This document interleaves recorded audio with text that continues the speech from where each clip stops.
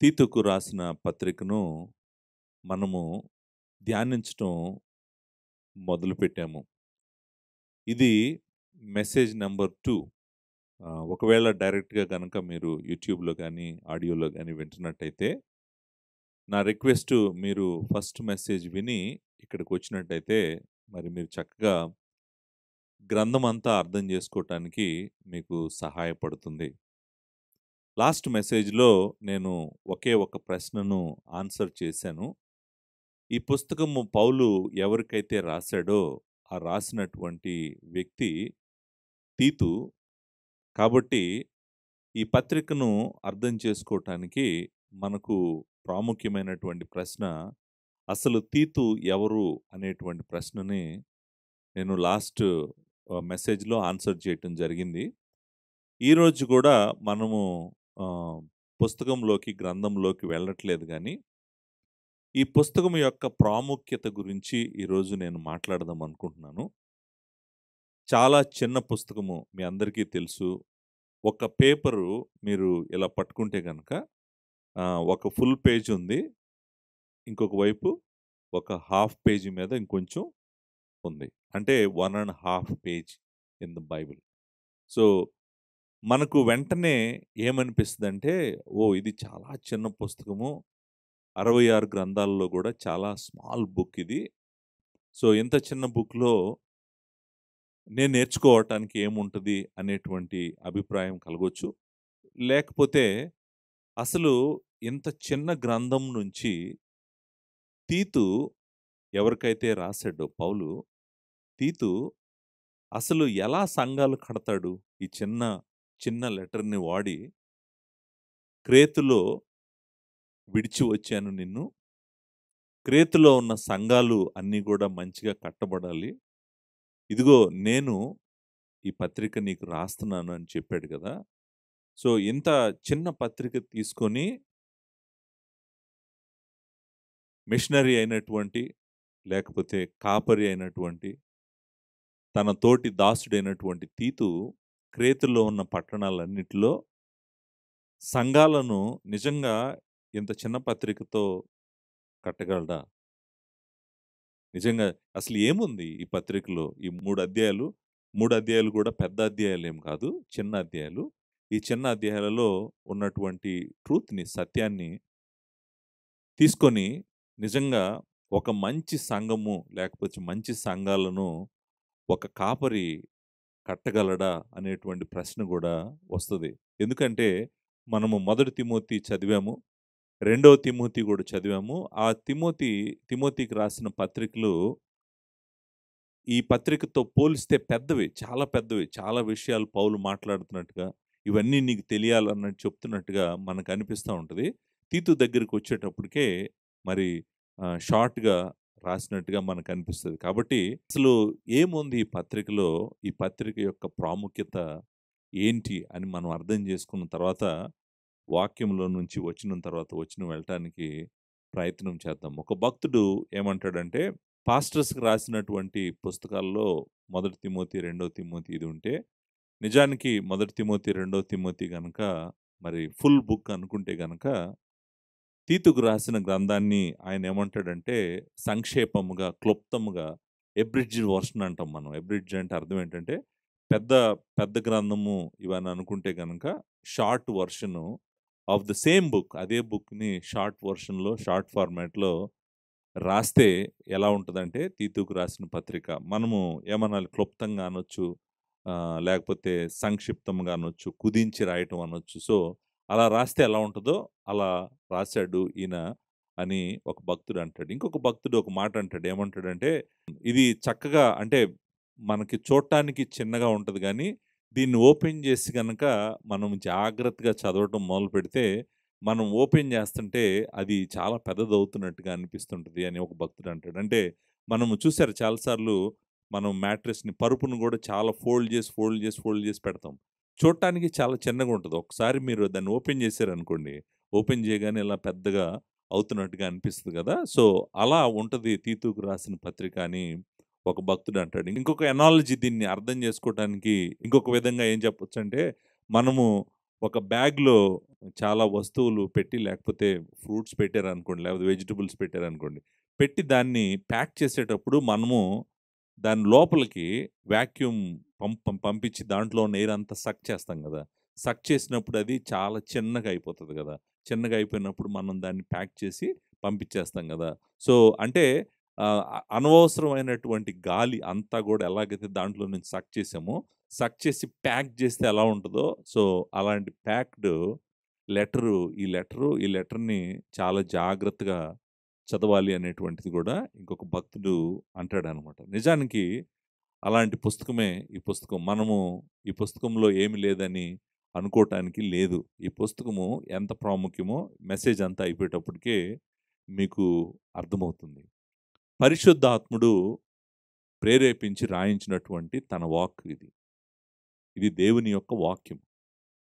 అది ఒక పారాగ్రాఫ్ ఉన్నా, ఒక సింగిల్ సెంటెన్స్ ఉన్నా, ఒక వర్డ్ ఉన్నా, ఒక కామా ఉన్నా, అది దేవుని వాక్యము కాబట్టి, దేవుడు రాయించి మనకిచ్చాడు కాబట్టి, దాని యందు మనము దృష్టి ఉంచితే మనకు మేలు.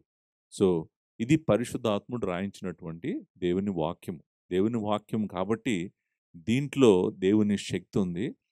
దేవుని వాక్యాన్ని జాగ్రత్తగా మనము చదివి అర్థం చేసుకున్నప్పుడు, ఆ శక్తి మన జీవితాల్లోకి వస్తది. కాబట్టి, ఈ పత్రికను గూడా, ఈ గ్రంథాన్ని గూడా మనము చక్కగా మిగిలిన గ్రంథాలను ఎలా చదువుతున్నామో, అలా చదవటానికి ప్రయత్నము చేద్దాము. ఈ గ్రంథం యొక్క ప్రాముఖ్యతను నేనసలు అంటే ఈ పుస్తకంలో ఏముందని చూపిస్తూనే ఈ గ్రంథం యొక్క ప్రాముఖ్యతను చెప్తాను. అంటే బుక్ అంతా మీకు అర్థమైపోతది. నేను చూపించేటప్పటికి ఈ పుస్తకంలో ఏముంది, మొదటి చాప్టర్ ఏం చెప్తుంది, రెండో చాప్టర్ ఏం చెప్తుంది, మూడో చాప్టర్ ఏం చెప్తుందని 3 స్టేట్మెంట్స్‌లో నేను చెప్పొచ్చు. చెప్పగలను గూడా. కానీ నేననుకుంటాను అది డెఫినిట్‌గా మనం దీని ప్రాముఖ్యత చూస్తుంటే అది అర్థమైపోద్ది మీకు. కానీ ఈ పుస్తకం యొక్క ప్రాముఖ్యతను నేనొక 7 పాయింట్‌లో చెప్తాను. ఈ 7 పాయింట్లు గూడా జాగ్రత్తగా మీరు నోట్ చేసుకోండి. ఇవి మిమ్మల్ని గైడ్ చేస్తాయి. ఈ బుక్‌లో నుంచి ఎళ్తున్నప్పుడు, ఓహ్! ఈ బుక్కు ఇంత ప్రాముఖ్యమైనటువంటిది. మనము సంఘము జాగ్రత్తగా చదవాలి అనేటువంటిది మీకు అర్థమవుతుందనమాట. నిజానికి ఒక మంచి చర్చ్ అంటే ఏంటి అనే ప్రశ్న అడిగామనుకోండి. What is a good church? What is a faithful church? ఒక మంచి సంఘం అంటే ఏంటి? ఒక నమ్మకమైన సంఘం అంటే ఏంటి? దేవుడు కోరుకున్నటువంటి సంఘం అంటే ఏంటి? అనేటువంటి ప్రశ్న అడిగి, అలాంటి సంఘము మనము భూమి మీద నిజంగా దేవుడి కోసం అలాంటి సంఘం కట్టబడాలంటే, కేవలము తీతుకు రాసిన పత్రిక తీసుకొని కట్టగలమా? అనేటువంటి మాట మీరు అడిగారనుకోండి. నేనంటాను పాస్టరల్ సైడ్ యెస్. సో, అంటే న్యూ టెస్టమెంట్, ఓల్డ్ టెస్టమెంట్ మనకు దేవుని సంకల్పం అంతా కావాలి. ఒక మంచి సంఘం కట్టాలంటే నిజమే. కానీ నేనేమంటానంటే పాస్టరల్‌గా అంటే ఒక కాపరి సంఘాన్ని కట్టటానికి కావాల్సినటువంటి ఇన్ఫర్మేషన్ అంతా గూడా ఈ గ్రంథంలో ఉంది. తీతుకు రాసిన పత్రికలో ఉంది. అది మీరు మీ ముందు పెట్టినప్పుడు మీకే అర్థమవుతుందనమాట. సో, నేను 7 పాయింట్స్‌లో చెప్తానన్నాను గదా! 7 పాయింట్స్‌లో ఈ గ్రంథం యొక్క ప్రాముఖ్యత ఏంటి? ఎందుకు మనము ఈ గ్రంథాన్ని చదవాలి అని చెప్తానన్నాను. మొట్టమొదటి పాయింటు ఈ 7 పాయింట్లు గూడా నేను ఏం జేస్తానంటే, మంచి సంఘము కట్టబడాలంటే ఈ 7 ఉండాలి అనేటువంటి పాయింట్ దగ్గర యాంకర్ చేద్దాం. సో, అప్పుడు మనకి అంటే ఒక మంచి చర్చి, ఒక నమ్మకమైన సంఘము కట్టబడాలంటే ఆ సంఘంలో ఈ 7 ఉండాలి. సో, ఈ 7 జాగ్రత్తలు తీసుకోవాలి. లేకపోతే ఈ 7 ఆ సంఘంలో ఉంటే గనక ఆ సంఘము మనము ఒక మంచి సంఘము అని మనము అనగలము అని చెప్తే బెటర్ అని అనిపించింది. సో, ఆ 7 కూడా మీరు చూడండి. తర్వాత మీరు ఇంకొకటి కూడా చూడండి. ఏంటంటే ఈ దేవుని వాక్యం చెప్తున్నటువంటి ఈ 7 మన సంఘంలో ఉందా? మన సంఘంలో ఉన్నాయా? నిజానికి మన సంఘము దేవుడు కోరుకున్న సంఘంగా ఉందా? లేదా? అని పరీక్షించుకుందాం మనం. మనం అందరం పరీక్షించుకుందాము. అంతేకాదు మనమందరం పరీక్షించుకోవటమే కాదు, మిగిలిన సంఘాలకు కూడా మనము ఈ సత్యము తెలియజేయటం ద్వారా వాళ్ళకు కూడా సహాయం చేయాలి. అరే! నిజంగా మా సంఘము ఇలా దేవుడు కోరుకున్న విధంగా ఉందా? లేదా? అనేటువంటిది వాళ్ళు కూడా పరీక్షించుకోవటానికి ఈ 7 పాయింట్సు ఉపయోగపడతాయి. సో, మొట్టమొదటి point, the most important point, ఒక మంచి సంఘానికి అన్నిటికన్నా అవసరమైనటువంటి పునాది ఏంటంటే, ఆ సంఘాన్ని నడిపించేటువంటి నాయకులు మంచోళ్ళై ఉండాలి. ఆ సంఘానికున్న నాయకత్వము, మంచి నాయకత్వము ఉండాలి. ద లీడర్‌షిప్ అంటాం గదా! స్పిరిచువల్ లీడర్షిప్ అంటాం కదా. సంఘాన్ని నడిపించేటువంటి కాపరి, కాపరితో పాటు ఉన్నటువంటి మిగిలిన కాపర్లు, అంటే పెద్దలు అంటాం కదా మనం. సంఘాన్ని ముందుండి నడిపించేటువంటి కాపరులు, కాపరి మంచివాడై ఉండాలి. కాపరి చెడ్డవాడైతే మంచి సంఘము అవదది. సో కాపరి లేకపోతే నడిపించేటువంటి లీడర్సు వాళ్ళ జీవితాలే మంచిగా లేవనుకోండి, ఆ సంఘం మంచి సంఘము అవదు. ఎందుకంటే మందను ముందుండి నడిపించాల్సినటువంటి లీడర్సు క్రీస్తు యొక్క సారూప్యతను సంఘానికి చూపించలేకపోయారు అనుకోండి. పవిత్రతలో కానీ, మాటలో కానీ, మంచి క్రియలలో కానీ వాళ్ళు క్రీస్తును పోలి వాళ్ళు నడవట్లేదు అనుకోండి, ఆ సంఘము మంచి సంఘము కాదు. ఇంకొక విధంగా చెప్పాలంటే సంఘాన్ని నడిపించే కాపరే మోసగాడు అనుకోండి. సంఘాన్ని నడిపించే కాపరులు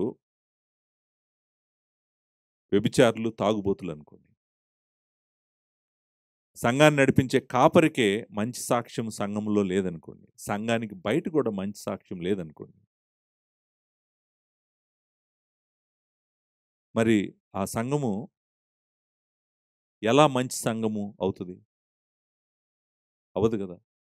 సో అంటే ఫస్ట్ మొట్టమొదట తీతుకి రాసిన గ్రంథంలో ఫస్ట్ పాయింట్ తీతుకి ఏం చెప్తాడంటే, తీతు నువ్వు ప్రతి సంఘంలో, ప్రతి పట్టణంలో, ప్రతి సంఘంలో నువ్వు పెద్దలను ఏర్పాటు చేయి. పెద్దలు అంటే సంఘాన్ని ముందుండి నడిపించేటువంటి వాళ్ళు. వాళ్ళు మంచివాళ్ళై ఉండాలి. వాళ్ళు మంచివాళ్ళై ఉండాలని పౌలు అంటాడు. మంచివాళ్ళంటే ఏంటంటే, నేను చెప్తాను విను, మంచివాళ్ళంటే ఎలా ఉండాలంటే అని చెప్పి వాళ్ళ గురించి వాళ్ళ లక్షణాలు చెప్పాడు. చాలా లక్షణాలు మొదటి అధ్యాయంలో ఉన్నాయన్నమాట, వాళ్ళు ఎలా ఉండాలి అనేటువంటిది. సో చాలా సంఘాలు నమ్మకమైన సంఘాలు కాకపోవటానికి, అపవిత్రమైనటువంటి సంఘాలుగా ఉండటానికి కారణము ఆ సంఘాలను నడిపించేటువంటి నాయకులు చెడ్డవాళ్ళు అవ్వటం వలన. మోసగాళ్ళు, ధనాపేక్ష గలవాళ్ళు.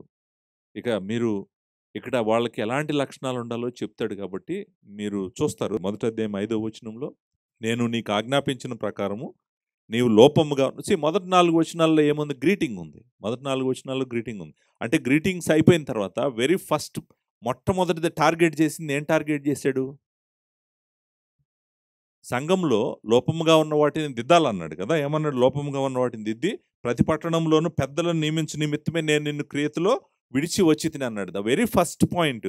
ఓకే, లోపముగా ఉన్న వాటిని దిద్దుతున్నాడు, కానీ లోపముగా ఉన్న వాటిలో కూడా హైయెస్ట్ ప్రయారిటీ, టాప్ ప్రయారిటీ ఏంటి?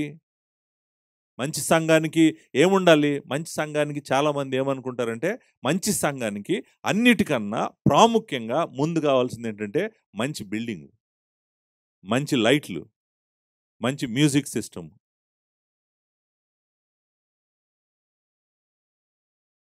కాదు, కాదు.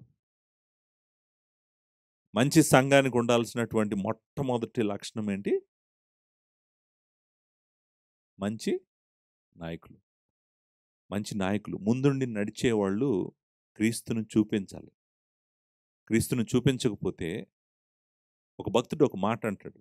ఏమంటాడంటే, పరిశుద్ధులంట, సంఘంలో ఉన్నటువంటి పరిశుద్ధులంట కాపరి పరిశుద్ధతను దాటి పైకి వెళ్ళలేరంట. కాపరుల పరిశుద్ధతను దాటి పైకి వెళ్ళలేరంట. వాళ్ళ కంటికి కనిపిస్తున్నటువంటి, వాళ్ళను ముందుండి నడిపించాల్సినటువంటి కాపరులు పవిత్రంగా ఉంటే సంఘంలో ఉన్నవాళ్ళు పవిత్రంగా ఉంటారంట. కాపరులు దుర్మార్గులు అనుకోండి, కాపరులు మోసగాళ్ళు అనుకోండి, కాపరులు వ్యభిచారులు అనుకోండి, కాపరులు తాగుబోతులు అనుకోండి, ఆ సంఘంలో కూడా పరిస్థితులు అలానే ఉంటాయంట. అంటే దేవుడు తన స్వరక్తం ఇచ్చి కొనుక్కున్నటువంటి సంఘానికి ఆయన మొట్టమొదట అడుగుతున్నటువంటిది ఏంటంటే, నా చేయి పట్టుకొని నా కింద కాపరులుగా ఉండటానికి పనిచేయాలనుకున్న వాళ్ళకి ఈ లక్షణాలు ఉండాలి. ఈ లక్షణాలు లేకపోతే వాళ్ళు ఎప్పటికీ సంఘాన్ని నడిపించకూడదు. నాయకత్వము వహించకూడదు. ఏంటి వాళ్ళకున్నటువంటి లక్షణాలు అక్కడ మనం ఉన్నాయి గదా! నిందారహితుడై ఉండాలి. మచ్చలేని వాడై ఉండాలి. ఎవరైనా అంటే తెల్లని వస్త్రం మీద బురద చిన్నిందనుకోండి, దాన్ని మచ్చ అంటారు. నింద అంటారు. సో, నిందారహితుడై ఉండాలి. తన జీవితము అందరి ముందుండాలి. అందరి ఎదుటుండాలి. అందరూ చూడాలి. ఏ నింద గూడా ఎవరు ఇసిరేయకూడదు అతని మీదకి. ఇసిరేస్తే మాత్రం అతను నిందారహితుడు అవ్వడు. సో, నిందారహితుడై ఉండాలంట. ఏకపత్ని పురుషుడై ఉండాలంట. నేను అనుకుంటాను ఏకపత్ని పురుషుడు కాని వాళ్ళందరూ పాస్టర్లుగా వదిలేయండి అన్నాం అనుకోండి ఈరోజు. చాలా సంఘాలు నిజానికి వాళ్ళ మనస్సాక్షి వాళ్ళని ఖండిస్తే గనక చాలా సంఘాలలో నుంచి కాపరులు బయటికెళ్ళిపోతారు. ఎందుకంటే చాలా చోట్ల అక్రమ సంబంధాలు ఉన్నాయి అనేటువంటిది యుఎస్‌లో డేటా గూడా చెప్తుంది. కాపరులు పడిపోవటానికి 2 కారణాల్లో ఒక కారణము అక్రమ సంబంధాలు. చూడండి, ఏకపత్ని పురుషుడు అంటే అర్థము తన భార్య కోసము తన జీవితకాలము బ్రతికేవాడు. తన భార్యనే ప్రేమిస్తూ, తన భార్యను నమ్ముకొని, తన భార్య కోసమే బ్రతికేటువంటి వాడు ఏకపత్ని పురుషుడు. సో, చూడండి స్టాండర్డ్ ఎక్కడుంది? అంటే దేవుడు సంఘాన్ని నడిపించాల్సినటువంటి లీడర్స్ యొక్క స్టాండర్డ్ చాలా హైగా దేవుడు పెట్టాడు. అంతేకాదు అక్కడ అంటాడు, నిందారహితుడు ఏకపత్ని పురుషుడే కాదు, దుర్వ్యాపార విషయము నేరము మోపబడని వాడై అవిధేయులు కాక విశ్వాసులైన పిల్లలు గలవాడై ఉన్నాడల అట్టి వానిని పెద్దగా నియమించవచ్చును. మంచి పిల్లలు ఉండాలి ఆయనకి. అంతేకాదు అతడు గృహ నిర్వాహకుని వలె నిందారహితుడై ఉండను. అతడు స్వేచ్ఛాపరుడును, ముక్కోపియు, మద్యపానియు, కొట్టువాడును, దుర్లాభం అపేక్షించువాడు కాక అతిథి ప్రియుడును, సజ్జన ప్రియుడును, స్వస్థబుద్ధి గలవాడును, నీతిమంతుడును, పవిత్రుడును, ఆశా నిగ్రహం గలవాడై ఉండవలను. ఇలాంటి వ్యక్తి లీడర్గా ఉండొచ్చు. సో, నా ప్రశ్న ఏంటంటే మంచి సంఘానికి ఉండాల్సినటువంటి ప్రాముఖ్యమైనటువంటి లక్షణము ఏంటంటే ఆ సంఘాన్ని నడిపిస్తున్నటువంటి వాళ్ళు మంచివాళ్ళై ఉండాలి. లేకపోతే నా సజెషన్ ఏంటంటే సాధ్యమైన తొందరగా ఆ సంఘం విడిచిపెట్టేసేయండి. అలాంటి సంఘము ఎక్కడైతే దొరుకుతుందో అంటే నాయకులు సంఘాన్ని ముందుండి నడిపిస్తున్నటువంటి నాయకులు ఎక్కడైతే పవిత్రులు, పరిశుద్ధులు, దేవుని వాక్యానుసారంగా ఉన్నారో మీరు అలాంటి సంఘాలు వెతుక్కోండి అలాంటి సంఘానికి వెళ్ళటానికి ప్రయత్నం చేయండి. సో, మొట్టమొదటిది అంటే మంచి సంఘం కట్టడానికి అవసరమైనటువంటి ప్రాముఖ్యమైనటువంటి విషయం ఏంటంటే మంచి నాయకత్వం. ఇప్పుడు నాయకత్వం గురించి మాకెందుకు పాస్టర్ గారు? మాకు కావాల్సింది మాకు చెప్తే చాలు. ఆయనకి ఇవ్వాల్సింది ఆయనకి ఇచ్చేస్తాం మేమన్నాం అనుకోండి. మీరిద్దరు కలిసి నరకానికి పోతారు. మీరు నరకమే బెటర్ అనుకున్నారనుకోండి, ఓకే. ఆ చాయిస్ తీసుకోండి. ఏమీ పట్టించుకోకుండా ఎవరు ఏం చెప్పినా ఏ సంఘానికి పడితే ఆ సంఘానికి మనము వెళ్ళకూడదు. అందుకనే ఏమంటున్నాడంటే, నువ్వు ప్రతి పట్టణంలోనూ లోపముగా ఉన్న వాటిని దిద్దు అన్నాడు. దిద్దని ఏమంటున్నాడు? ప్రతి పట్టణంలోనూ పెద్దలను నియమించవలను. సో, నేను ఇప్పుడు ఎక్స్‌పోజిషన్‌లోకి వెళ్ళట్లేదు. సో, మనము వర్స్ బై వర్స్ వెళ్ళట్లేదు. నేను పాయింట్ ఏంటో చెప్తున్నాను. మంచి సంఘానికి ఉండాల్సినటువంటి మొట్టమొదటి లక్షణము ఏంటంటే, ఈ పుస్తకం ఎందుకు చదవాలంటే సంఘాన్ని నడిపించే నాయకుల యొక్క లక్షణాల గురించి మాట్లాడుతుంది కాబట్టి ఈ పుస్తకాన్ని మనము జాగ్రత్తగా ఈ గ్రంథాన్ని చదవాలి. రెండో లక్షణం ఏంటంటే ఈ గ్రంథంలో ఇది చాలా ప్రాముఖ్యంగా మరలా చెప్తాడు. అదేంటంటే మంచి సంఘంలో మంచి నాయకులు మాత్రమే కాదు, మంచి సంఘస్థులు కూడా ఉండాలి. ఏముండాలి? సంఘస్థులు మంచిగా ఉండాలా లేదా? నాయకులు మంచిగా ఉంటే సరిపోతుందా? మంచి సంఘం అవుతుందా? మంచి సంఘముకు రెండో లక్షణం ఏంటి? మంచి సంఘస్థులు కూడా ఉండాలి. అంటే ఎవరైతే సంఘంలో ఉన్నారో వాళ్ళు కూడా మంచి వాళ్ళై ఉండాలి.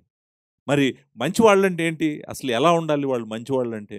మంచివాళ్ళంటే ఏంటి? అసలు వాళ్ళు ఎలా ఉంటారు చెప్పమంటే ఆయన 2వ అధ్యాయం అంతా చెప్తాడనమాట. ఒక మంచి సంఘస్థులు ఎలా ఉండాలి? సో, మంచి నాయకత్వం కింద ఉన్నటువంటి మంచి సంఘస్థులు ఎలా ఉండాలనేటువంటిది 2వ అధ్యాయంలో చెప్తాడు. 2వ అధ్యాయం 2వ వచనంలో వృద్ధులు ఎలా ఉండాలో చెప్తున్నాడు. 2వ అధ్యాయం 3వ వచనంలో వృద్ధ స్త్రీలు ఎలా ఉండాలో చెప్తున్నాడు. 2వ అధ్యాయము 5వ వచనంలో యవ్వన స్త్రీలు ఎలా ఉండాలో చెప్తున్నాడు.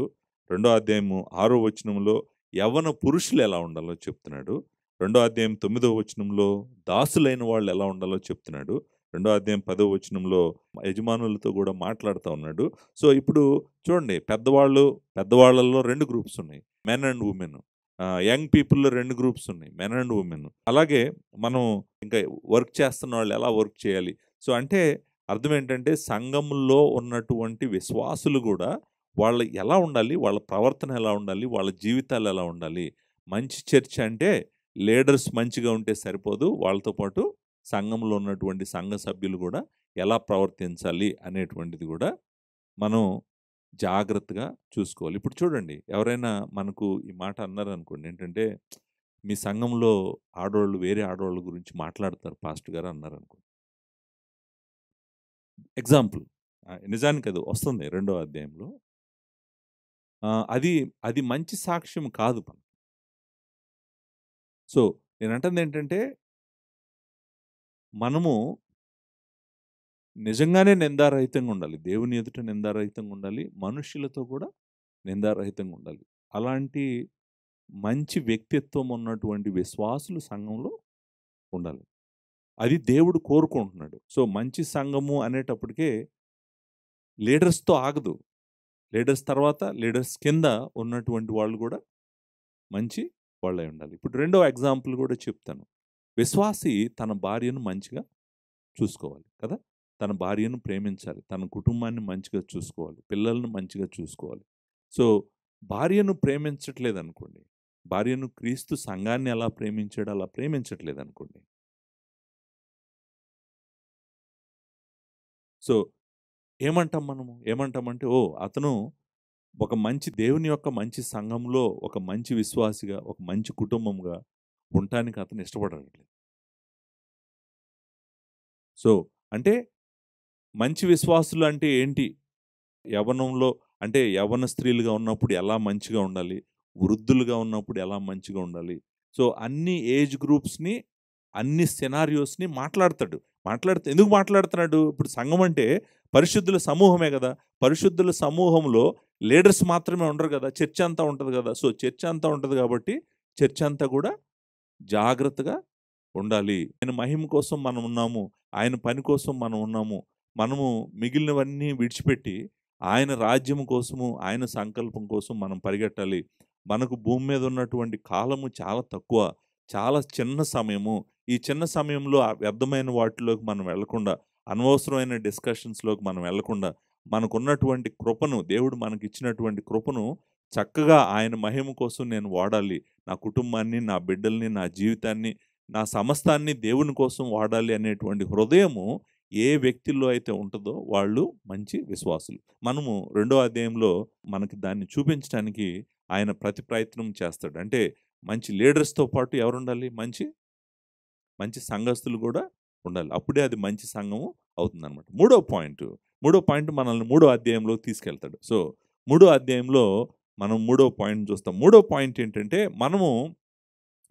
మనం ఒకళ్ళ ఎదుట ఒకళ్ళు మంచిగా ఉంటే సరిపోదు. అంటే నాయకులు సంఘస్థుల దగ్గర, సంఘస్థులు నాయకుల దగ్గర మనిద్దరము ఒకళ్ళ ఎదుట ఒకళ్ళు ప్రైజ్ ది లార్డ్ పాస్టర్ గారు, ప్రైజ్ ది లార్డ్ అమ్మ బాగున్నారా అని మనం మాట్లాడుకుంటా ఒకళ్ళ ఎదురుగా ఒకళ్ళు మంచిగా ఉంటే సరిపోదు. మనకు పని ఉంది. మన పనేంటి? మన పని దేవుణ్ణి ఆరాధించటంతో పాటు మనకున్న పనేంటంటే, మన చుట్టూ ఉన్నటువంటి జనులకు మనము దేవుణ్ణి చూపించాలి గాబట్టి, మూడవ పాయింట్ ఏంటంటే, అవిశ్వాసుల ఎడల మనము మంచి ప్రవర్తన కలిగిన వారై ఉండాలి. అవిశ్వాసులు ఎదుట, అవిశ్వాసుల ముందు మనము మంచి సాక్ష్యము కలిగిన వారమై ఉండాలి. అది మూడో పాయింట్. మూడో పాయింట్‌ని మనం మూడో అధ్యాయంలో మాట్లాడటం మొదలుపెడతాడు. మూడో అధ్యాయంలో అంటాడు, అధిపతులకును, అధికారులకును లోబడి విధేయులుగా ఉండవలెను. చూడండి, గవర్నమెంట్ దగ్గరికెళ్ళినప్పుడు గవర్నమెంట్ చెప్పేదేంటి? లేకపోతే నా ఇష్టం వచ్చినట్టు నేను చేస్తాను. అలా ప్రవర్తన కుదరదు క్రైస్తవుడికి. మనము అధికారులకు లోబడాలి. అంతేకాదు అధికారులకు లోబడే వారంగా ఉండాలి. గవర్నమెంట్‌కి 100% మనం ఒబే అయ్యేటువంటి మంచి సిటిజన్స్‌గా ఉండాలి. అంటే మన సాక్ష్యము సంఘంలో మాత్రమే కాదు, ఇంట్లో సంఘంలో మాత్రమే కాదు, అన్యజనుల ఎదుట కూడా, దేవుని ఎరుగని ప్రజల ఎదుట కూడా మనము మంచి సాక్ష్యము కలిగి ఉండాలి. ఇప్పుడు చూడండి, ఇంకొక మాట అంటాడు 2వ వచనంలో, ప్రతి సత్కార్యము చేయుటకు సిద్ధపడి ఉండవలెననియు మనుషులందరి ఎదుట సంపూర్ణమైన సాత్వికమును మనుషులందరి ఎడల అంటే ఏంటి? మనుషులందరూ అంటే ఎవరు? మనుషులందరూ అంటే సంఘానికి బయట ఉన్నటువంటి వాళ్ళు అందరి ఎడల ఎలా ఉండాలంటే మనము అందరి ఎడల సంపూర్ణమైన సాత్వికము కనపరచుచు మనము ఎవనిని దూషింపక జగడమాడని వారును శాంతులునై ఉండవాలని వారికి జ్ఞాపకము చేయము. చూడండి, అసలు ఒక క్రిస్టియన్ ఎలా ఉండాలి? అన్బిలీవర్స్ ఎదుట మనల్ని చూస్తే వాళ్ళకి నిజంగా అంటే మనల్ని చూస్తే వాళ్ళకి ఏమనిపించాలంటే లార్డ్ జీసస్ క్రైస్ట్ని చూసినట్టు అనిపించాలి. ఆయన లక్షణాలు అంతే కదా. అంటే ఆయన ఎలాంటి లక్షణాలు కలిగి ఉన్నాడో అలాంటి జీవితం మనం ఎవరు ఎదుట చూపించాలి? అవిశ్వాసులు ఎదుట, అన్ని జనులు ఎదుట చూపించాలి. ఎట్లా అంటాడు? సంపూర్ణమైన సాత్వికము అంటే మనము ఎంత సాత్వికులమై ఉండాలంట? సంపూర్ణమైన సాత్వికము. అంతేకాదు ఎవరిని దూషించకూడదంట, గొడవలు పెట్టి జగడమాడకూడదంట, శాంతులై ఉండవలనని వారికి జ్ఞాపకము చేయము. ఎందుకో తెలుసా అండి, మనము ప్రభావితం చేయాల్సిన వాళ్ళే వాళ్ళు. మనం నిజంగా వెలుగుగా ఉండాల్సిందే వాళ్ళకి. మనం అసలు ఉందే భూమి మీద ఉందే, దేవుడు మనల్ని ఇంకా బ్రతకనిస్తుందే వాళ్ళ కోసం మనం బ్రతకాలి. మనం రక్షించబడ్డాం, మనము జీవానికి వచ్చాం, మనం నిత్య జీవానికి వచ్చాం కరెక్టే. కానీ ఎవరిని రీచ్ అవ్వాలి మనం? అన్ని అవిశ్వాసులను రీచ్ అవ్వాలి. అంటే వాళ్ళ ఎదుట మనం ఎలా ఉండాలి? మనము క్రీస్తును వాళ్ళకి చూపించేవారుగా ఉండాలి. అందులో ప్రాముఖ్యంగా ఇక్కడ నాకు కనపడుతున్నటువంటి పాయింట్ ఏంటంటే, మనమంటే చాలా జెంటిల్‌గా ఉండాలంట. అంటే సాధు స్వభావం అంటాము మనం. అంటే చాలా శాంతపరులుగా, అనవసరమైన గొడవలు గానీ, అనవసరమైన మాటలు గానీ ఏమీ మాట్లాడకుండా, అంటే వాళ్ళని మనం చూస్తే వాళ్ళకి ఎలా అనిపించాలంటే వీళ్ళు చాలా సాఫ్ట్ పీపుల్ అండి. అసలు వీళ్ళు అంటే ఆ సాఫ్ట్‌నెస్ కనపడాలని కోరుకుంటున్నాడు. నిజానికి అలా ఉండాలని చెప్తున్నాడు. చెప్తూ ఆయన ఒక మాట అంటాడు ఇక్కడ. ఏమంటాడంటే 3వ వచనం, ఎందుకనగా మనము కూడా మునుపు అవివేకులము, అవిధేయులము, మోసపోయిన వారము, నానా విధములైన దురాశలకు, భోగములకు దాసులమైండి దుష్టత్వం నందును, అసూయందును కాలము గడుపుచు అసహ్యులమై ఒకరినొకడు ద్వేషించుచూ ఉంటిమి. చూడండి, లోకము ఎలా ఉంటుందో వర్ణించాడు. లోకం ఎలా ఉంటుంది, లోకంలో ఉన్న మనుషులు ఎలా ఉంటారు, ఎలాంటి ఆలోచనలు ఉంటాయి వాళ్ళకి, ఏమేం చేస్తారు వాళ్ళు, వాళ్ళందరి మధ్యలో, అంత చీకటి మధ్యలో మనం వెలుగుగా కనపడాలంటే వాళ్ళలాగా ఉండకూడదు. మనం వాళ్ళకన్నా వ్యత్యాసంగా ఉండాలి. ఎంత వ్యత్యాసంగా ఉండాలో ఆ వ్యత్యాసాన్ని చూపించడం కోసం లోకం ఎలా ఉందో చూపిస్తున్నాడు. చూపిస్తూ మనం ఎలా ఉండాలో చూపిస్తున్నాడు. మనల్ని, లోకాన్ని పక్కపక్కన పెట్టి చూపిస్తున్నాడు. చూపిస్తూ చూడండి, ఒకప్పుడు మనం కూడా అక్కడ ఉన్నాము. వాళ్ళ థింకింగ్ ఎలా ఉంటది, వాళ్ళ జీవితం ఎలా ఉంటది. కానీ మనము అలా ఉండకూడదు. అలా ఉండకూడదని చెప్తూ అన్యజనులను, దేవుడు తెలియని వారిని, వారి ఎదుట మన సాక్ష్యం ఎలా ఉండాలో చెప్తున్నాడు. సో చూడండి, ఇప్పుడు మీరు ఆలోచించండి. ఇది మంచి చర్చ్ కాదా? ఇప్పుడు వరకు నేను 3 పాయింట్లు చెప్పాను కదా. మంచి చర్చ్ అంటే ఏంటి అని ఎవరన్నా అడిగారనుకోండి మిమ్మల్ని. మంచి చర్చ్ అంటే ఏంటంటే మంచి కాపరులు ఉండాలి, మంచి సంఘస్థులు ఉండాలి, మంచి సాక్ష్యం ఉండాలి. ఏముండాలి? మంచి సంఘానికి బయట ఉన్న వాళ్ళతో మనకు మంచి సాక్ష్యం ఉండాలి. నేను అనుకుంటాను ఆ చర్చ్ మంచి చర్చే. సో అంటే చూడండి, పరిశుద్ధాత్ముడు పౌలు ద్వారా ఈ మాటలు రాపిస్తున్నప్పుడు పరిశుద్ధాత్ముని యొక్క హృదయంలో ఏముందో మనకి కొంచెం కొంచెం అర్థమవుతుంది. ఆయన హార్ట్‌లో నుంచి, అంటే పరిశుద్ధాత్ముడు ఏం చేస్తున్నాడు క్రేతులో, అంటే క్రేతు అనేటువంటిది అది ఒక దివి, మనం ఐలాండ్ అంటాం గదా. మధ్యధరా సముద్రంలో ఉన్నటువంటి ఒక ఐలాండు. అక్కడ దేవుడు ఏం చేస్తున్నాడు, ఆ ప్రజల పట్ల దేవుని ప్రణాళిక ఎలా ఉందో ఆ ప్రజల పట్లే కాదు, ఈరోజు మనము 2025 సంవత్సరంలో ఇక్కడ దేవుని వాక్యం చదువుతున్న మన సంఘము గురించి కూడా పరిశుద్ధాత్ముడు మాట్లాడుతూ ఒక చక్కటి బ్లూ ప్రింట్. నేను అనుకుంటాను ఈ 3 పాయింట్లే చాలు. మిగిలిన 4 పాయింట్లు నేను చెప్పకపోయినా కూడా నిజానికి విషయం అయితే మీకు అర్థమైంది. సో తితుకు రాసిన పత్రిక ఎందుకు రాశాడంటే మంచి సంఘం ఎలా ఉండాలో చెప్తున్నాడు. మంచి సంఘంలో ఎవరు ఉండాలో చెప్తున్నాడు. వాళ్ళు ఏం చేయాలో చెప్తున్నాడు. వాళ్ళ జీవితాలు ఎలా ఉండాలో చెప్తున్నాడు. ఇది చాలా ప్రాముఖ్యము.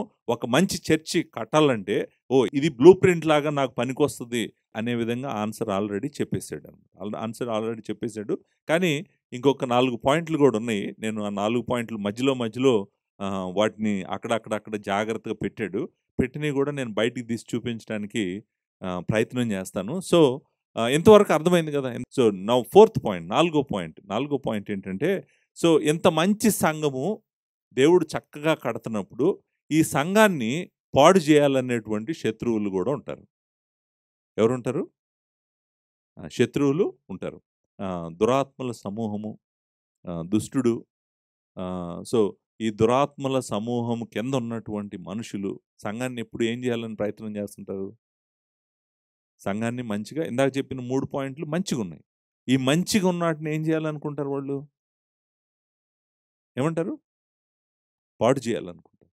సో, పాడు చేయాలనుకుంటున్నటువంటి వాళ్ళు సంఘాన్ని పాడు చేయటానికి ముందుకు వచ్చారనుకోండి. అప్పుడేం చేయాలి తీతు? ఏం చేయాలో కూడా చెప్తున్నాడు. నాలుగో పాయింట్ ఏంటంటే, మంచి సంఘముకు ఉండాల్సినటువంటి 4వ లక్షణము ఏంటంటే, అబద్ధ బోధను సంఘంలోకి రానివ్వకూడదు. సో, అబద్ధ బోధకులను లేకపోతే అబద్ధ బోధను పరిశుద్ధమైన దేవుని సంఘంలోకి రానివ్వకూడదనే చెప్తున్నాడు. మీరు చూడండి, మొదటి అధ్యాయం 10వ వచనంలో అంటాడు కదా, 10వ వచనంలో, అనేకులు విశేషంగా సున్నతి సంబంధులను, అవిధేయులను, వదరుబోతులను మోసపుచ్చువారై ఉన్నారు, వారి నోళ్ళు మూయింపవలను. మీరు ఇలాంటి మాటలు నేను పుల్పిట్లో నుంచి అన్నాను, వాళ్ళ నోళ్ళు మూయించాలన్నాను అనుకోండి, మీరేమంటారు? పాస్టర్ గారికి కోపం వచ్చినట్టుంది, ఆయన అరుస్తున్నాడు. నేను అరవట్లేదు, నాకు కోపం రాలేదు. పౌలు చెప్తున్నాడు తీతుకి ఏం చేయాలో. ఏమంటున్నాడు? వాళ్ళ నోళ్ళు మూయించవలను. అంతేకాదు, అట్టివారు ఉపదేశింపకూడని వాటిని దుర్లాభము కొరకు ఉపదేశించు కుటుంబములనే పాడు చేస్తున్నారు. అంటే ఇప్పుడు వాళ్ళ టార్గెట్ ఏంటి? వాళ్ళ టార్గెట్, నేను మళ్ళీ చెప్పాను, మంచి చర్చిలో ఉన్న 3 లక్షణాల్లో వాళ్ళు దేన్ని టార్గెట్ చేస్తున్నారు? సంఘస్థుల్ని పాడు చేస్తున్నారు. అంటే ఏమంటున్నాడు? నువ్వు చూస్తా మెదలకుండా అబద్ధ బోధ చేస్తుంటే, నువ్వు మెదలకుండా కూర్చుంటే కనుక వాళ్ళు అబద్ధ బోధ చేస్తూనే ఉంటారు. మీరు చాలాసార్లు అనుకుంటూ ఉంటారు, పాస్టర్ గారు అబద్ధ బోధకుల గురించి ఇన్నిసార్లు ఎందుకు చెప్తున్నారండి? నేను ఎందుకు చెప్తానండి? నాకు నిజంగా అబద్ధ బోధకుల గురించి చెప్పడానికే నేను బతికున్నానా ఏంటి? నేను ఎందుకు చెప్తానంటే, అక్కడ వచ్చి నుంచి చెప్తే నేను చెప్తాను, లేకపోతే నేను ఎందుకు చెప్తాను? సో, అంటే వచనాలు చెప్తున్నాయి అంటే అర్థం ఏంటి? అర్థం ఏంటంటే, ఈ థ్రెట్, ఈ ఆపద ఎప్పుడూ ఉంది సంఘానికి. మనం కళ్ళు మూసుకొని సంఘం బాగానే వెళ్తుంది, ఆ 3 బాగానే ఉన్నాయి, ఆ 3 బాగానే ఉన్నాయి అని అనుకున్నాను అనుకోండి, కళ్ళు మూసుకుంటే ఏం జరుగుతుంది? ఏం జరుగుతుంది? దొంగోళ్ళు, అబద్ధ బోధకులు, నిజానికి 10వ వచనం దగ్గర మొదలుపెట్టి 16వ వచనం దగ్గర ఎండ్ చేస్తాడు. సో, అంటే ఎంత మాట్లాడుతున్నాడో చూడండి. అంటే లీడర్షిప్ గురించి ఎంత మాట్లాడాడో, అంటే నాయకుల గురించి ఎంత మాట్లాడాడో, దగ్గర దగ్గర అబద్ధ బోధకుల గురించి కూడా అంత మాట్లాడుతున్నాడు కాబట్టి, నేను అనుకుంటాను, కింద కొంచెం ముందుకెళ్తే 13వ వచనంలో, ఈ సాక్ష్యం నిజమని ఈ హేతువు చేత వారు యూదుల కల్పనా కథలను, సత్యము నుండి తొలగిపోవునట్టి మనుష్యుల కట్టడలను లక్ష్య పెట్టక విశ్వాస విషయమున స్వస్థులగు నిమిత్తం వారిని కఠినముగా గద్దించటం అనేటువంటిది చేశారనుకోండి, చర్చికి రారు కదా.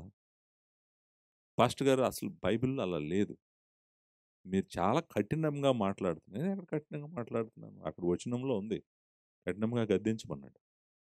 సో, మీరు ఒకవేళ బైబిల్ క్లారిటీ లేకపోతే బైబిల్ చదవండి.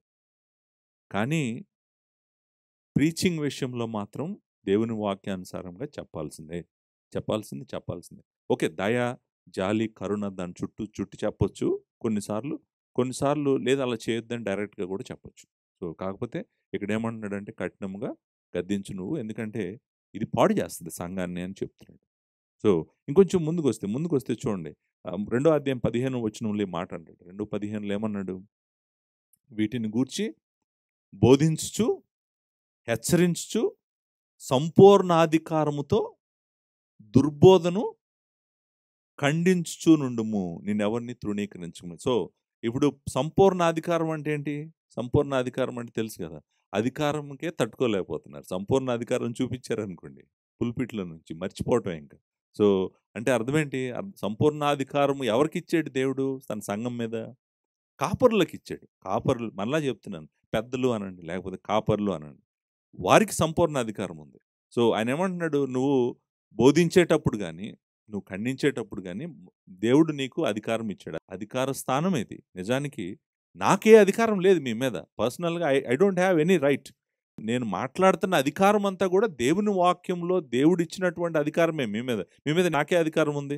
మీకు తెలుసు, నేను నీతోనే కూర్చుంటాను, మీతో పాటే కూర్చుంటాను, మీతో సమానుడిని నేను. అధికారము దేవుని వాక్యము ఎంత అధికారం అయితే ఇచ్చిందో ఆ అధికారంతో కాపరి బోధించాలి. సో ప్రాముఖ్యంగా దుర్బోధ విషయంలో నెమ్మదిగా ఉండటానికి కానీ సైలెంట్గా ఉండటానికి కానీ కుదరదు అని చెప్తున్నాడు. మీరు 3వ అధ్యాయంకి రండి. 3వ అధ్యాయంలో కూడా మనకి ఈ వార్నింగ్ ఉంది. అంటే మంచి సంఘాన్ని డిస్టర్బ్ చేయటానికి దుష్టుడు ఎప్పుడూ ప్రయత్నము చేస్తూనే ఉంటాడు. కాబట్టి వాడి ప్రయత్నాన్ని ఎక్కడికక్కడ మనం ఆపుతూ వెళ్తుండాలండి. ఎక్స్పోజ్ చేయాలి. ఎక్స్పోజ్ చేయడం కాదు, ఆపుతూ ఉండాలి. ఒకటి 3వ అధ్యాయం 9వ వచనం చూడండి. అవివేక తర్కములను, వంశావళులను, కలహములను, ధర్మశాస్త్రమును గూర్చిన వివాదములు నిష్ప్రయోజనమును వ్యర్థమునై ఉన్నవి గనుక వాటికి దూరముగా ఉండుము. చాలా అనవసరమైన, వ్యర్థమైన, పనికిరాని డిస్కషన్స్ కంటిన్యూగా చేస్తూనే ఉన్నారు. నేను మిమ్మల్ని అడుగుతున్నాను, దేవుని వాక్యం మీద దృష్టి పెట్టి దేవుని వాక్యమే చెప్తున్నటువంటి బోధకులు ఎంతమంది ఉన్నారు? దేవుని వాక్యం మీద దృష్టి పెట్టి దేవుని వాక్యమే చెప్తున్నటువంటి బోధకులు ఎంతమంది ఉన్నారు? అనవసరమైనటువంటి మాటలు మాట్లాడుతూ గంటలు గంటలు రికార్డింగ్ చేసి యూట్యూబ్లో పెడుతున్నటువంటి అబద్ధ బోధకులు ఎంతమంది ఉన్నారు? మీరే చూసుకోండి, మీరే లెక్క పెట్టుకోండి. దేవుని వాక్యమే సమస్తము చేస్తుంది. దేవుని వాక్యమే సమస్తము చేయగలదు. దేవుని వాక్యము చాలు, మనకేం అవసరం లేదు. దేవుని వాక్యానికి బయట నుంచి మనకేమీ అవసరం లేదు. We call it sufficiency of scripture, sufficiency of God's word. దేవుని వాక్యము చాలు మనకి. సో వ్యర్థమైన వాటిని, అనవసరమైన వాటి నుంచి నువ్వు ఎప్పటికప్పుడు సంఘాన్ని జాగ్రత్తగా భద్రం చేసుకోవాల్సిన బాధ్యత కాపరిగా ఆయనకుంది. సో 4వ పాయింట్ కూడా నేను చెప్పేశాను. 4వ పాయింట్ ఏంటంటే, మొదటి పాయింట్ మంచి చర్చికి మంచి నాయకత్వం ఉండాలి, మంచి కాపర్లు ఉండాలి. రెండోది మంచి సంఘస్థులు ఉండాలి. మూడోది మంచి సాక్ష్యం ఉండాలి లోకంలో. సంఘానికి, సంఘంలో ఉన్న వ్యక్తులకు లోకము ఎదుట మంచి సాక్ష్యం ఉండాలి. 4వ పాయింట్, ఈ మంచిని పాడు చేయటానికి అబద్ధ బోధకులు ఎప్పుడు ప్రయత్నం చేస్తుంటారు. కాబట్టి వాళ్ళని దూరంగా ఉంచడం కోసం జాగ్రత్తగా ఉండాలి. అది 4వ పాయింట్. అండ్ 5వ పాయింట్, అండ్ ఐ థింక్ ఇది నాకు చాలా ఇంపార్టెంట్ అనిపించింది. ఈ 5వ పాయింట్, తీతుకు రాసిన పత్రిక యొక్క ఏమంటారంటే గుండెకాయ అంటాం మనం, హార్ట్. ఈ పత్రిక యొక్క హార్ట్ ఈ పాయింట్లో ఉంది. ఈ పాయింట్ అంత ఇంపార్టెంట్ పాయింట్. మనకి ఇప్పుడు దాకా మీరు అనుకుంటారు ఏంటంటే, పాస్టర్ గారు పత్రిక అంతా మేము తిరిగేసాం, అయిపోయింది, అసలు అసలు హార్ట్ ఎక్కడుంది? ఇప్పటివరకు మాకెక్కడ హార్ట్ కనిపించలేదు, మీరేమో ఇది హార్ట్ అంటున్నారు. అంటే హార్ట్ ఆన్సర్ ఏంటో చెప్పమంటారండి? మంచి సంఘానికి 5వ పాయింట్ ఏంటంటే, గాస్పల్ క్లారిటీ ఫుల్గా ఉంటుందంట. అంటే సువార్త బాగా తెలుసు అంట చర్చ్కి. సువార్త, గాస్పల్ క్లారిటీ అనేటువంటి మాట, అంటే సువార్త అనేటువంటి దాని మీద యాంకర్ చేస్తున్నాను నేను. Point number 5. మీరు తీతుకు రాసిన పత్రికలో సువార్త ఎక్కడుంది పాస్టర్ గారు అన్నారు అనుకోండి, అసలు తీతుకు రాసిన పత్రిక గుండె సువార్త అని చెప్తున్నాను. నిజానికి గాస్పల్ని చాలా విధాలుగా, చాలాసార్లు, రకరకాల రూపాలలో మన ముందుకు తీసుకొచ్చి ప్రజెంట్ చేస్తూ ఉంటాడు పౌలు. అంటే church to become a good church and continue as a good church, వాళ్ళ చర్చ్ మొత్తము గాస్పుల్లో యాంకర్ చేయాలి. ఆ చర్చిని సువార్తలో యాంకర్ చేయాలి. సంఘంలో ఉన్నటువంటి వాళ్ళు సువార్తను అర్థం చేసుకోవడం యొక్క ప్రాముఖ్యత ఏంటో నాకు తెలుసు. కాబట్టి నేను మరలా చెప్తున్నాను. నిజానికి ఈ పత్రికలో, తీతుకు రాసిన గ్రంథంలో సువార్త గురించి చాలాసార్లు ఎక్స్టెన్సివ్గా మాట్లాడతాడు. నిజానికి ఈ పత్రికలో చాలాసార్లు తీతుకి రాస్తున్నటువంటి మాటలు పౌలు అంటాడు, దేవుడిని మరలా చూపిస్తాడు. దేవుడు రక్షకుడు అంటాడు. దేవుడు రక్షకుడు అంటాడు. ఆ రక్షకుడు అనేటువంటి మాట మనము, నాకు తెలిసి ఒక 6 times ఉంది ఈ చిన్న గ్రంథంలో. దేవుడు రక్షకుడు, మన రక్షకుడు, ఆయన రక్షిస్తాడు అనేటువంటిది. మొదటి అధ్యాయము 4వ వచనంలో మన రక్షకుడైన దేవుని ఆజ్ఞ ప్రకారము అనే మాట మనం చూస్తాము. అంతేకాదు, దాని తర్వాత 2 లైన్ల క్రింద మన రక్షకుడైన యేసుక్రీస్తు అనేటువంటి మాటని మనము చూస్తాము. మనము 2వ అధ్యాయము 10వ వచనంలో మన రక్షకుడకు దేవుని ఉపదేశమును అనేటువంటి మాటను మనం చూస్తాము.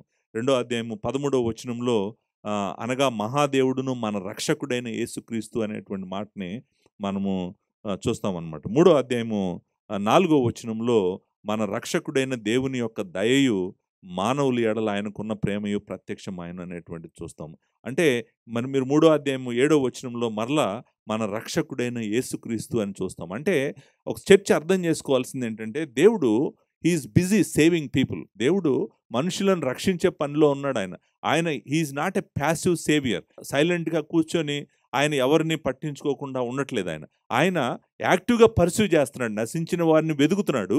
వెతకటం మాత్రమే కాదు, వారి దగ్గరికి సువార్త తీసుకెళ్తున్నాడు. తీసుకెళ్ళటం మాత్రమే కాదు, వాళ్ళని రక్షిస్తున్నాడు. ఆయన నిజంగా రక్షకుడు, ఆయన నిజమైన రక్షకుడు అనేటువంటిది ఈ గ్రంథంలో మనం మరలా చూసేటువంటి సత్యమే. సో రక్షకుడు అనేటువంటిది గాస్పల్ ఏ హార్ట్ అనుకుంటే, గాస్పల్కి దేవుడు రక్షకుడు అనేటువంటిది ఇంకా గుండె లాంటిది అనుకుంటే, బట్ గాస్పల్ ఎక్కడుంది? ఇప్పుడు రక్షకుడు అని చూపించారు మీరు, నాకు పుస్తకం అంతా కూడా ఒక 6 సార్లు చూపించారు, నాకు అర్థమైంది, కానీ అసలు గాస్పల్ ఎక్కడుంది గ్రంథంలో అని అన్నారు అనుకోండి, అసలు ఆ క్వశ్చన్కి నేను ఆన్సర్ చేస్తాను. ఈ గ్రంథంలో ఎంత గాస్పల్ ఉందో మీకు అర్థమవుతుంది. నిజానికి మొదటి అధ్యాయము మొదటి 4 వచనాల్లో ఏముందో తెలుసా? మనం గ్రీటింగ్ అని వదిలేసి వచ్చాం కదా, అది ఏమీ లేదు అక్కడ. ఓన్లీ జస్ట్ శుభమని చెప్తున్నాడు, మీకు కృప కలుగును గాక, సమాధానం కలుగును గాక అని చెప్తున్నాడు. అంతకుమించి అక్కడ ఏం లేదని అనుకున్నాం కదా. నిజానికి ఈ గ్రంథానికి ప్రాముఖ్యమైన పాయింట్ అంతా కూడా ఎక్కడ ఉంది తెలుసా? మొదటి 4 వచనాల్లో ఉంది. మొదటి 4 వచనాల్లో ఏముంది? మొదటి 4 వచనాలు అంటే చూడండి, దేవుడు ఏర్పరచుకొనిన వారి విశ్వాసము నిమిత్తము నిత్య జీవమును గూర్చిన నిరీక్షణతో కూడిన భక్తికి ఆధారమగు సత్య విషయమైన అనుభవ జ్ఞానం నిమిత్తము దేవుడు దాసుడును యేసుక్రీస్తు అపోస్తుడైన పౌలు మన అందరి విశ్వాస విషయంలో నా నిజమైన కుమారుడకు తీతుకు శుభమని చెప్పు రాయినది. ఆ నిత్య జీవమును అబద్ధమాడనేరని దేవుడు అనాది కాలమందే వాగ్దానము చేసిన గాని ఇప్పుడు మన రక్షకుడైన దేవుని ఆజ్ఞ ప్రకారము నాకు అప్పగింపబడిన సువార్త ప్రకటన వలన తన వాక్యమును యుక్త కాలములు యందు బయలుపరచెను. నిజంగా నిత్య జీవము గురించి మాట్లాడుతున్నాడు. నిత్య జీవం గురించి మాట్లాడటమే సువార్త. సువార్తే అది. యాక్చువల్గా ఆ సువార్త అనేటువంటి మాట కూడా మనం అక్కడ నాకు అప్పగించబడిన సువార్త అనేటువంటి మాట ఉంది కదా.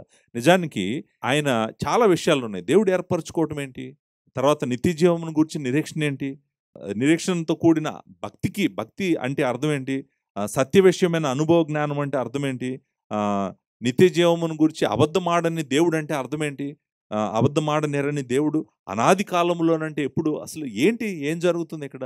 మనము ఇక్కడ దీంట్లో నేను అనుకుంటాను ఫుల్ గాస్పల్, కంప్లీట్ గాస్పల్ అంతా ఉంది. సో గాస్పల్ గురించి మాట్లాడుతున్నాడు. నేను అక్కడికి వచ్చినప్పుడు మీకు వివరిస్తాను ఏంటి అనేటువంటి. 2వ అధ్యాయంకి రండి. 2వ అధ్యాయం 11వ వచనం.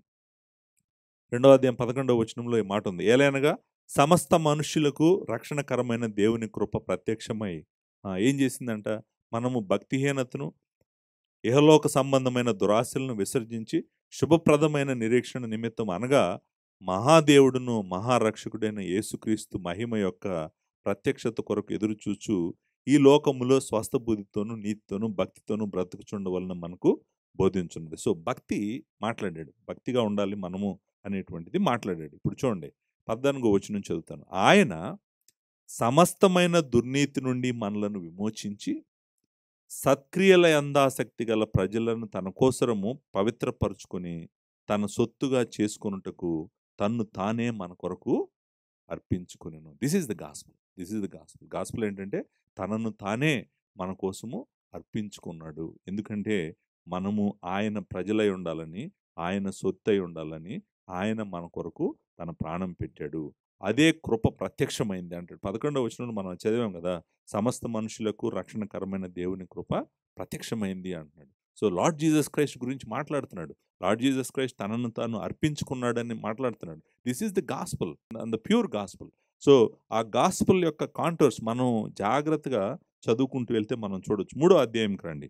3వ అధ్యాయంలో కూడా గాస్పుల్ ఎంత పవర్ఫుల్గా మాట్లాడతాడో చూద్దాం. 3వ అధ్యాయం 4వ వచనంలో అంటాడు, మన రక్షకుడైన దేవుని యొక్క దయయు మానవుల ఎడల ఆయనకున్న ప్రేమయు ప్రత్యక్షమైనప్పుడు మనము నీతిని అనుసరించేసిన క్రియల మూలంగా కాక తన కనికరము చొప్పునే పునర్జన్మ సంబంధమైన స్నానము ద్వారా. అంటే అర్థం ఏంటంటే దేవుడు మనల్ని రక్షిస్తుంది క్రియల ద్వారా కాదు, క్రియల ద్వారా కాదు. ఆయన కనికరము చొప్పున మనల్ని తిరిగి జన్మింపజేసి పునర్జన్మ, మనం స్నానము ద్వారా పరిశుద్ధాత్మ మనకు నూతన స్వభావం కలుగు చేయడం మనలను రక్షించను. This is the gospel. మనం ఆయన కృప వలన నీతిమంతులమని తీర్చబడి నిత్య జీవమును గూర్చిన నిరీక్షణను బట్టి దానికి వారసుల మొగుటకై ఆ పరిశుద్ధాత్మను మన రక్షకుడైన యేసుక్రీస్తు ద్వారా ఆయన మన మీద సమృద్ధిగా కుమ్మరించెను. ఇదంతా గాస్పెలే. యాక్చువల్‌గా సో మచ్ గాస్పెల్ అంటే న్యూ టెస్టమెంట్‌లో మోస్ట్ ఇంపార్టెంట్ వర్సెస్ ఇప్పుడు నేను చదివినటువంటి వర్సెస్. అంటే న్యూ టెస్టమెంట్‌లో అంటే కొత్త నిబంధనలో justification by faith alone doctrine ఇక్కడుంది. తర్వాత రీజనరేషన్ డాక్ట్రిన్ ఉంది. ఆహ్, పరిశుద్ధాత్ముడు మనలో నివాసం ఉండటం గురించి ఉంది. సో, ఒకటి కాదు. అంటే మనల్ని దేవుడు ఎలా రక్షించాడు, దేవుడెవరు అని చెప్పేటువంటి సువార్త అంతా గూడా ఈ వచనాల్లో ఉంది గాబట్టి నేనంటాను గాస్పెల్ ఉంది. ప్యూర్ గాస్పెల్ ఉంది. తీతుకు రాసిన పత్రికలో.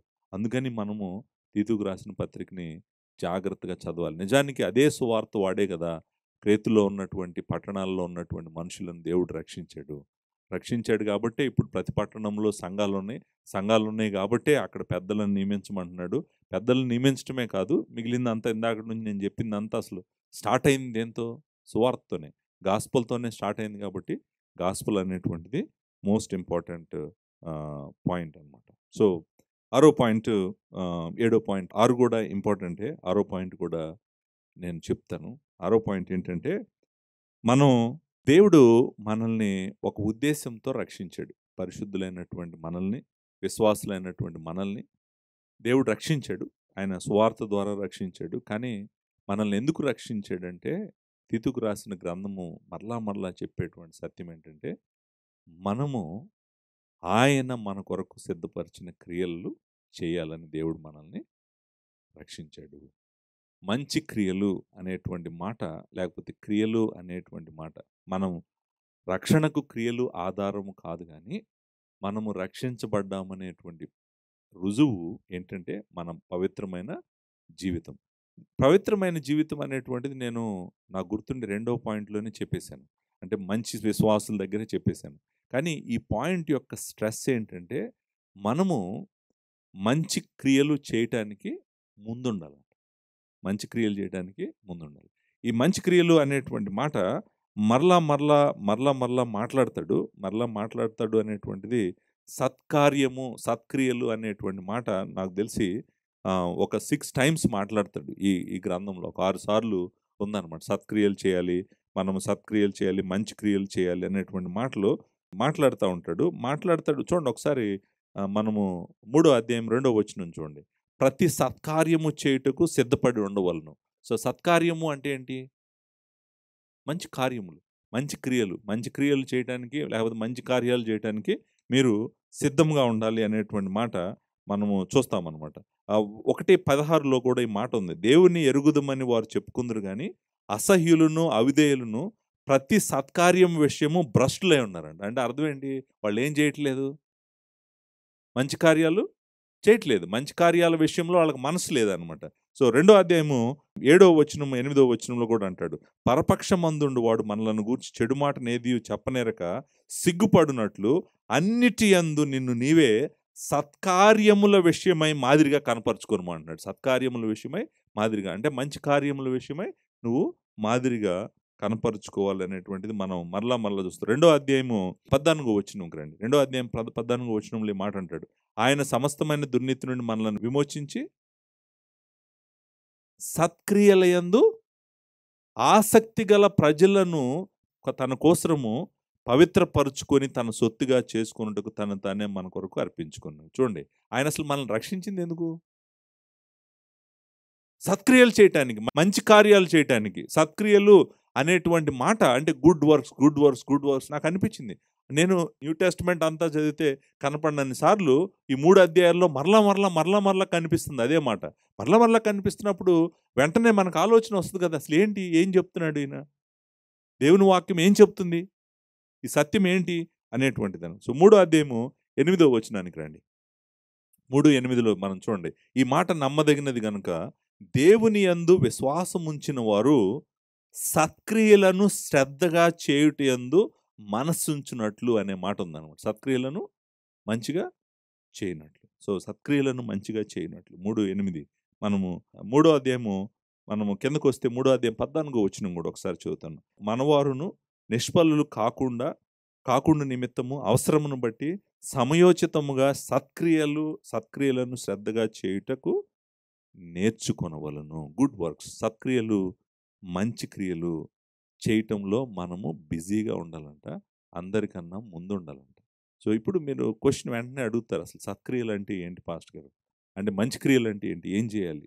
మంచి క్రియలు ఏంటి? మంచి క్రియలు అంటే ఏంటి?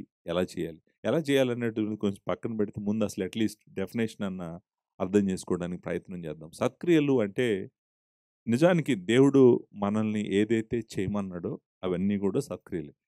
దేవునికి ఇష్టమైనవి, దేవుడు అంగీకరించేటువంటివి, దేవుడికి సంతోషం తెచ్చేటువంటిది ఏది నువ్వు చేసినా కూడా అది సత్క్రియే. మంచివాడు దేవుడు ఒక్కడే. మంచి అనేటువంటి మాట, మంచివాడు యెహోవా మంచివాడు, దేవుడు మంచివాడు అనేటువంటి మాట మనం ఆయన ఒక్కడికే వాడాలి. ఏ క్రియ అయినా కూడా ఆయన కన్నుల క్రింద ఆయనకి సంతోషం తెచ్చేది నువ్వేం చేసినా కూడా అదేంటి?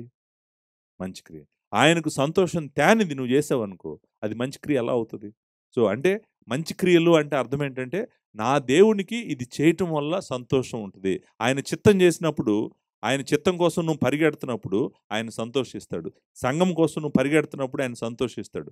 నశించిపోతున్న వారి పట్ల నువ్వు భారం కలిగినప్పుడు ఆయన సంతోషిస్తాడు. అంటే ఆయన సంకల్పాన్ని ముందుకు తీసుకెళ్ళటానికి నువ్వు ఏదైనా చేయటానికి నేను ముందుంటాను, నేను ముందు నిలబడతానన్న అంటావు కదా! దాన్ని సత్క్రియలు చేయటం అంటాం. సో, అలా ఉండాలంట దేవుని బిడ్డలు. అలా ఉండాలి. అలా ఉండాలని మరలా మరలా ఆయన మనకిక్కడ ఈ గ్రంథంలో తెలియజేస్తున్నాడు. లాస్ట్ పాయింట్ 6 కూడా అయిపోయింది కదా! అండ్ దెన్ లాస్ట్ పాయింట్, ఆఖరి పాయింటు దీన్ని చెప్పి నేను ఎండ్ చేస్తాను. లాస్ట్ పాయింట్ ఏంటంటే ఎవాంజలిజం. ఎవాంజలిజం అంటే ఏంటంటే సువార్త ప్రకటించాలి.